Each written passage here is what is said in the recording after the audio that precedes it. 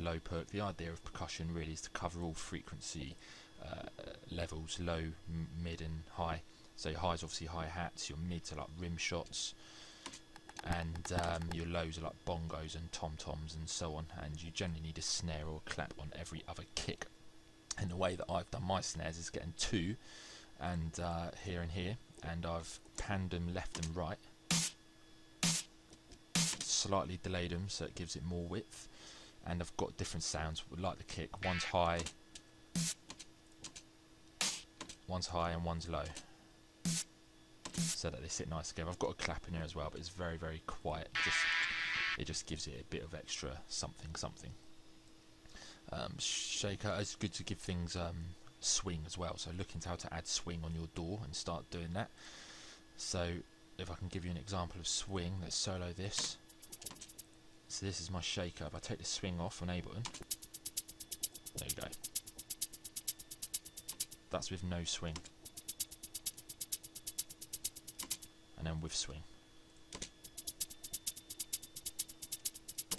This gives it, you can almost dance.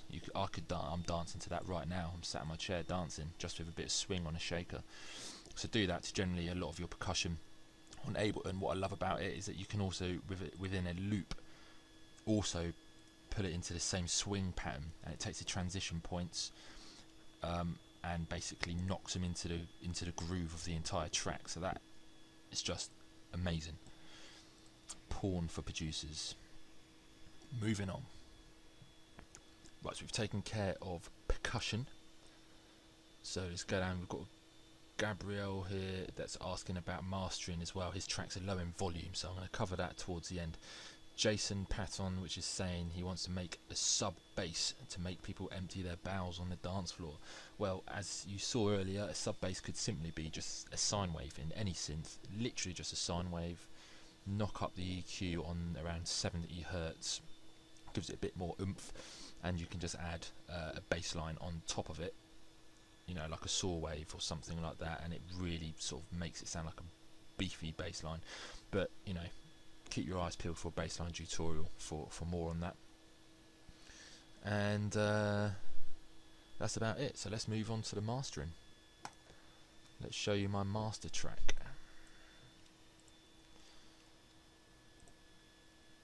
Now, the big thing about mastering, I find that people think mastering is a godsend. It will change a crap track into a great track.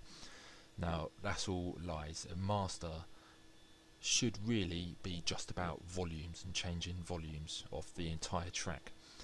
The mix down is what you should be doing. That should be so good that a master is barely needed. And mix down is, you know, I'm going to have to cover that in a long separate tutorial because there's so much to mixing down. But it's basically simple things such as adjusting the volume so everything sits together. It's low cutting everything below 30 so that you know, so that you get rid of, you know, some frequency that you don't even hear, so it's taking up volume space. It's enhancing EQs at certain points and reducing EQs at other points, like the kick and the snare that I showed you earlier. There's also panning things like I showed you in percussion, just left, right, so it's all wide and all around you. The snare, or maybe the snare, but the bass and kick particularly need to be dead center. They need to be hitting you in your chest, especially the low end of the bass. Everything else needs to be kind of surrounding it and sitting all over it, so you need to work through that on the mix down. And then the master comes, which is here. Now generally, because I spend a lot of time on my mix down, this is all I've got on my master. This EQ, you might want to pause your videos and check this shape out. It's quite a generic shape. I've just followed how, I've just enhanced the way a frequency generally looks on a dance track. And if you ever looked at a frequency spectrum of a track, I can probably show now if I take all of this off.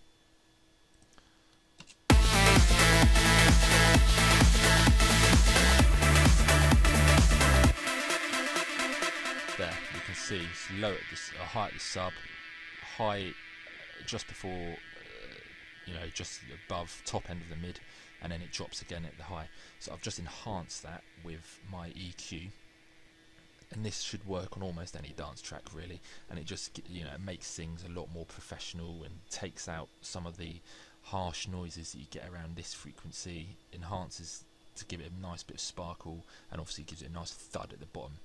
The high and the lows, they're chopped off because you can't hear them, so it's taken up volume space. Filter is just for when I'm filtering the entire track, you can ignore that. This is a spectrum analyzer which you've seen up here. And Ozone, now this is the godsend. It doesn't have to be Ozone, but for your tracks, if they're low in volume, you just need what's called a maximizer, or even a limiter will do it, and Ableton has its own limiter, but I'm using Ozone. So let's have a look at this. In Ozone I've got master reverb, so you could put reverb on the master, very quiet, you can barely hear it, it's just to fill out some empty spaces. Maximizer I'm going to check out in a bit. Exciter is pretty much the same, it's just EQing and stereo separation. You shouldn't really touch it that much. I was thinking about not using it at all in this track.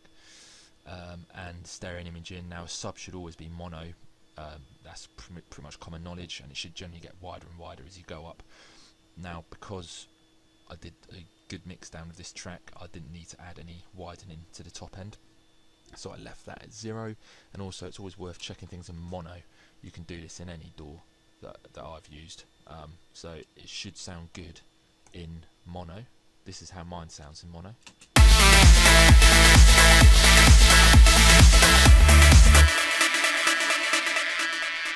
So as long as it's not phasing and not cancelling out any sounds, then it's okay. It's fine to sound not so good, but as long as it's not sounding absolute pants, then it's okay. Kind of frustrating that we still have to do that. I don't know why people are still listening to music in mono, but either way. Maximizer, so this is the big thing. Now generally with my tracks, and I assume across the board, a lot of people reduce their threshold from anything between 2 and 8, and this just pumps up the volume, and this is my ceiling, so it would never go above 0.1. And you could have it at 0, but I prefer 0.1 in case of any errors or anything like that. So without it, it sounds like this.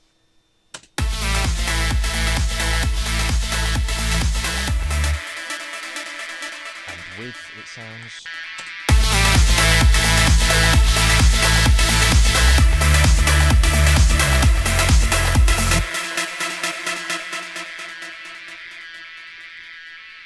and that's the master.